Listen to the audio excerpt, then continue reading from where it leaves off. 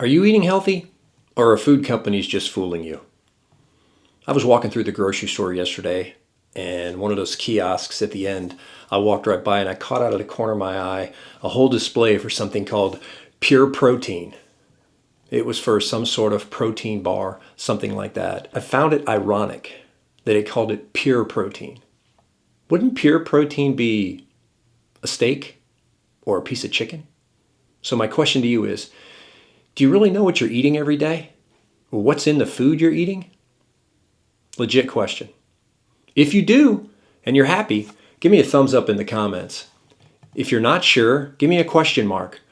Or ask me, Jim, what should I be eating? Not that I'm an expert, but I used to be 260 pounds. I've lost 80 pounds. I feel freaking fantastic.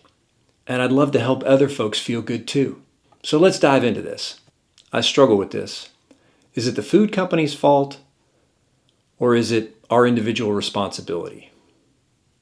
To be honest with you, I think it's a little bit of both. I mean, as individuals, we are responsible for what we put in our mouth, what we consume, what we digest, etc., etc. But on the flip side, it's the food companies that make the stuff that we put in our mouth, we consume, we digest, etc., etc. It's a two-way street. You need to take responsibility for what you eat. And I think to a certain degree, food companies need to take a responsibility for what they're marketing to us. Does that make sense? They market no fat, no sugar, low sugar, etc., etc. That's just marketing. Like the Pure Protein I mentioned, it was anything but pure protein. I wish I'd have captured a list of the ingredients, because it was, while it did have some protein in it, it had a bunch of monosorbate this and xylitol that and natural flavors and artificial flavors, etc., etc. Anything but pure. To me, pure means 100% of something, 100% protein. Food companies, shame on you. Here's 3 things you can do to become better, eat healthier, etc., etc. First and foremost, read the freaking labels. Read the nutrition labels.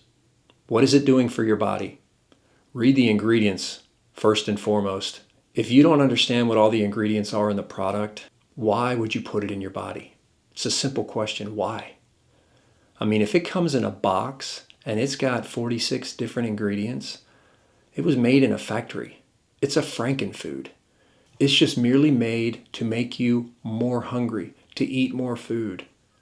I don't think the food companies have a big evil conglomerate up there thinking, let's make our customers unhealthy. No, I think what they want is, let's make our companies like our food so much they become addicted, they want more, they buy more. They buy more, we make more money. We make more money, we make more profits, we can make more foods.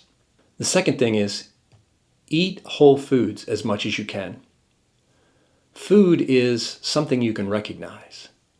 Beef, chicken, fish, fruits, vegetables, grains. If you can look at it and identify it, oh, that's a banana. Guess what? That's a food. Oh, that's a green pepper. Guess what? That's a food. Oh, that's a square thing with frosting on it. What the heck is that? While it's classified as food, and the food companies might even say it's healthy, it's anything but. So try to do your best to eat single ingredient whole foods, or at least minimal ingredient foods, because that'll be a much healthier alternative than things that comes in boxes and is marketed as some sort of health product. The third thing you can do is plan ahead. This is where I was absolutely terrible. Rarely did I bring lunch back in the day. Until I started eating healthier and wanted to control what I was putting in my mouth, I was a victim to my hunger pangs. I would stop at a convenience store and be like, I need a snack. And here's what my snack comprised of: Cool Ranch Doritos, hot tamales, a Skor bar, or possibly M&M's peanut, sometimes a Snicker bar, a $100,000 bar. Sometimes it would be that. Sometimes it would be all of that. And I would just plow through it. And that was just absolute junk that was guaranteed an hour later me to either crash out or be screaming for more food. Once I started eating healthier and planning ahead, I made sure that if I craved a snack, I had a healthy snack on hand. Beef jerky, cheese stick, maybe some cottage cheese, something like that. And that would actually not just help with the hunger pangs, but it would satiate me and tide me over to my next meal. So planning ahead is a huge one, especially if you're out somewhere where you're going to be tempted to go to a fast food restaurant. Whew, don't even get me started on fast food. Try to bring food, ideally as close to whole food as you can, so that you can eat healthy. Nutrition labels, whole foods, plan ahead.